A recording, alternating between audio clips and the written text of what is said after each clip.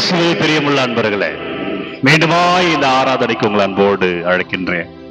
ஆண்டவர் நல்லவர், நம்மை முழுமையாய் அர்ப்பணித்து அப்பா நன்றி என்று சொல்லி நற்கரணை ஆண்டவர் நம்ம முழுமையாய் அர்ப்பணிப்போம். ஆண்டவர் இயேசு பேரில் அற்புதங்கள் அதிசயங்கள் நடக்கும் அன்பர்களே, ஆசீர்வாதமாய் வாழ்வோம் என்பதுதான் இன்றைக்கு சிந்தனை. சனிக்கிழமை ஆராதனையில் இருக்கிறோம்.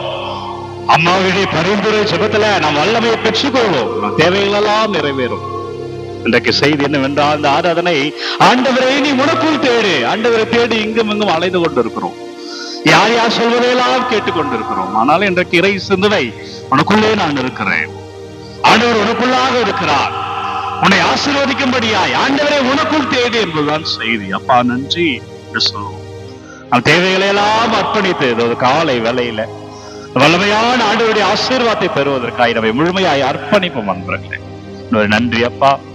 பார்த்து கொண்டிருக்கிற ஒவ்வொரு பிள்ளைகளுக்காக இறைவாவுக்கு நன்றி செலுத்திக் கொண்டிருக்கிறேன்.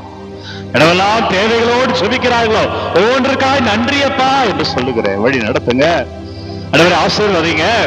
பார்க்கிற ஒவ்வொரு பிள்ளைகளும் விடுதலை அடையும்படியா நீங்க தொடுங்க ராஜா, வழி நடத்துக்க தகப்பனே. எனவே பிரியமானவர்களே, ஆண்டவரை நமக்குள் தேடுவோம். கடவுள் நமக்குள் இருக்கிறார் என்பதுதான் இந்திய ஆன்மீக மரபில கடவுளுடைய உறவை, நமக்கும் கடவுளுடையும் இருக்கிற உறவை அடைவதற்கு, அறிந்து கொள்வதற்கு அத்வைத்தா என்ற வார்த்தை பயன்படுத்தப்படுகிறது. அத்வைத்தம் என்றால் இரண்டு இல்லை என்று அர்த்தம். அதாவது கடவுள் ஒருவர் என்ற சிந்தனை. எனவே கடவுள் ஒருவர், அந்த ஒருவர் உனக்குள்ளே இருக்கிறார், அந்த ஒருவர் உன்னை ஆசீர்வதிக்கிறார், அந்த ஒருவர் உனக்குள்ளே இருக்கிறார் என்பதை ஆழப்படுத்துகிற ஒரு சிந்தனையை இன்றைக்கு ஆண்டவர் செய்தியில் தருகிறார். இன்றைக்கு நற்செய்தியில பிலிப்பை பார்த்து ஆண்டவர் கேட்கிறார், பிலிப்பே, இவ்வளவு காலம் நம்மோடு இருந்தோம், நீர் என்னை அறிந்து கொள்ளவில்லையா? தந்தையை பத்தி கடவுள் பேசுகிறார் இயேசு நற்செய்தியில. அப்பொழுது பிலிப்பு கேட்கிறார், அது தந்தையை எனக்கு காட்டும் என்கிறார். அப்பொழுது ஆண்டவர் யோவான் செய்தி 15 அதிகாரம் 7 என்று வருகிற வார்த்தையில, பிலிப்பே, இவ்வளவு காலம் என்னோடு இருக்கிறாய், என்னை அறிந்து கொள்ளவில்லையா? நம்ம இன்னும் ஆண்டவரை அறிந்து கொள்ளல, கிறிஸ்துவத்துல இருக்கிறோம். சில பேர் பிறப்பிலிருந்தே கிறிஸ்தவராக இருக்கிறோம், சில பேர் ஏதோ ஒரு காரணத்தினால் கிறிஸ்துவ அறியப்பட்டு உள்ளே வந்திருக்கிறோம், சில பேர் கிறிஸ்துவோடைய விழுமியங்களை உள்வாங்கி உள் வந்திருக்கிறோம். ஆனால் இன்றைக்கும் நாம் முழுமையா கிறிஸ்துவை அறிந்திருக்கிறோமா என்பதுதான்.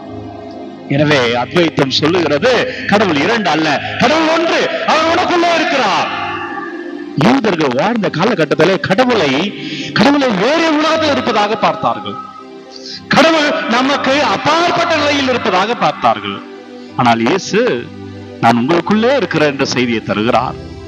ஏதோ மானிட மகனை பார்ப்பவர் தந்தையை பார்க்கிறார், கடவுளை பார்க்கிறார், கடவுளால் மகன் அனுப்பப்பட்டார் என்ற செய்தி. இன்றைக்கு இந்த ஆராதனை, இந்த கடவுள் உனக்குள்ளே இருக்கிறார் என்ற செய்தி. நீ ஆண்டவரை எல்லா இடத்தையும் தேடிக்கொண்டு இருக்கிற, ஆனால் ஆண்டவர் உனக்குள்ளே இருக்கிறார் ஜெபி என்ற செய்தி. ஆண்டவர் உன்னை ஆசீர்வதிக்கிறார் ஜெபி என்ற செய்தி. நான் வேறு எங்கும் இல்லை, உனக்குள் இருக்கிறேன் என்ற செய்தி. எனவே பல்வேறு நிலைகளை கடவுளை தேடிக்கொண்டிருப்பவர்களே, கடவுள் மனசுல இருக்கிறார். நீ ஆலயத்தில் சொந்த ஜெபிக்கிற பொழுது, ஒரு அமைதியான ஒரு இடத்துல ஜெபிக்கிற பொழுது அது ஆலயமாக இருக்கிறது. அந்த நற்கரில ஆண்டவர் பிரசன்னமா இருக்கிறார். அதே ஆண்டவர் திவ்ய நற்கரனை பெறுவதால் அவர் உனக்குள்ளே இருக்கிறார். இந்த ஆண்டவரை பெற்றுக்கொண்ட நீ அமர்ந்து செபி, வீட்டில அமர்ந்து செபி, வேலை செய்கிற இடங்களில் அமர்ந்து செபி. உனக்குள்ள இருக்கிற இறைவனோடு நீ பயணிக்கிற பொழுது அந்த இறைவனை கண்டுணர்ந்து கொள்வாய். இதைத்தான் யூதர்கள் கடவுளை எங்கோ பார்த்தார்கள், ஆனால் நான் தந்தை நொல்லும், தந்தை என்னுள்ளும் இருக்கிறார் என்ற செய்தி. இன்றைக்கு நமக்கான செய்தி, நான் உனக்குள்ள இருக்கிறேன், நான் உனக்குள்ள இருக்கிறேன். நீ திருப்பலிக்கு சென்று இருக்கிறாய், நீ ஜெபமாலை ஜெபித்திருக்கிறாய், நீ ஆராதனையிலே பங்கேற்று இருக்கிறாய், நீ பாவ சங்கீதம் செய்திருக்கிறாய், உன் பாவத்தை அறிக்கைத்திருக்கிறாய். எனவே நான் உனக்குள்ள இருக்கிறேன். நம்மை அவர் ஆசீர்வதிக்க நமக்குள்ள இருக்கிறார், நம்மை தொடுவதற்கு நமக்குள்ளே இருக்கிறார். எனவே நமக்குள் கடவுள் இருக்கிறார் என்பதை உணர்ந்து அப்பா நன்றி என்று சொல்லி நம் தேவைகளை எல்லாம் அர்ப்பணிப்போம். இறைவார்த்தை தருகிறேன். யோவான் செய்தி 14 அதிகாரம் 14 வார்த்தை, நீங்கள் என் பெயரால் கேட்பதையெல்லாம் நான் உங்களுக்கு தருவேன். அதுவே எனக்குள்ள இருக்கிற ஆண்டவரை என்னை தொடுங்க, இயேசுவின் பெயரால் கேளுங்க, அவர் உங்களை தொடுவார். இயேசு கிறிஸ்துவின் பெயரால் நீங்கள் எதை செய்தாலும் ஆண்டவரை முதலில் செய்யுங்க. ஆண்டவரே, உங்க மேல உள்ள நம்பிக்கையில இந்த தொழிலை தொடங்குறேன். ஆண்டவரே, உங்க மேல உள்ள நம்பிக்கையில இந்த வேலையை நான் செய்கிறேன். ஆண்டவரே, உங்க மேலே உள்ள நம்பிக்கையில இந்த முயற்சியை நான் எடுக்கிறேன். அவரை முதலில் செய்யுங்கள் பிள்ளைகளை, வல்லமை பார்ப்பீர்கள். எனவே கடவுள் உனக்குள் இருக்கிறார். செபி, அந்த ஆண்டவருடைய கிருபையை வல்லமையை உன் வாழ்க்கையில் பார்ப்பாய். கடவுள் உனக்குள்ள இருக்கிறார். செபி, அவர் வல்லமை நீ பார்ப்பாய். செபிப்போம். அப்பா நன்றி, வல்லவரை நன்றி, நல்லவரை நன்றி. சனிக்கிழமை சிந்தனைக்காய் நன்றி செலுத்துகிறேன். ஜெபிக்கிற ஒவ்வொரு பிள்ளைகளும் தொடப்படுவார்களாக. கனவெல்லாம் விண்ணப்பங்களை அனுப்பி கொண்டே இருக்கிறார்கள். அதை ஜெபிங்க ஃபாதர் என்று கமெண்ட்ல கேட்டுக்கொண்டே இருக்கிறார்கள். ஒவ்வொன்றையும் உங்கள் பாதத்தில் வைக்கிறேன். ஆண்டவரே நீங்க தொடுங்க அப்பா, நீங்க வழி நடத்துங்க. இயேசுவே நீங்க ஆசீர்வதிங்க. வல்லமையான இருக்கிற ஆண்டவர் பெயரிலே மகிமையாய் வாழ்வீர்கள்.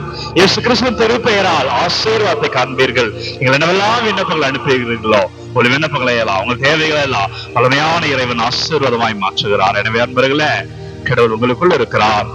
ஒரு ஜெபத்துல அவரை நீங்கள் உணர்கிறீர்கள். ஒவ்வொரு நாளும் விடிய காலை 3 மணிக்கு இந்த ஆராதனை வழங்குகிறேன். யாருக்கு தேவை என்று நினைக்கிறவர்களோடு பகிர்ந்து கொள்ளுங்க. God bless you. Take care. Have a nice day. எல்லாம் வல்ல இறைவன் தந்தை, மகன், தூய ஆவியார் ஒரு நிறைவாய் ஆசீர்வதிப்பாராக. இந்த நாளிலே மகிழ்ச்சியாய் வாழ்வீர்கள். வல்லமையான இறை திருவையிலே ஆசீர்வாதத்தை காப்பீர்கள்.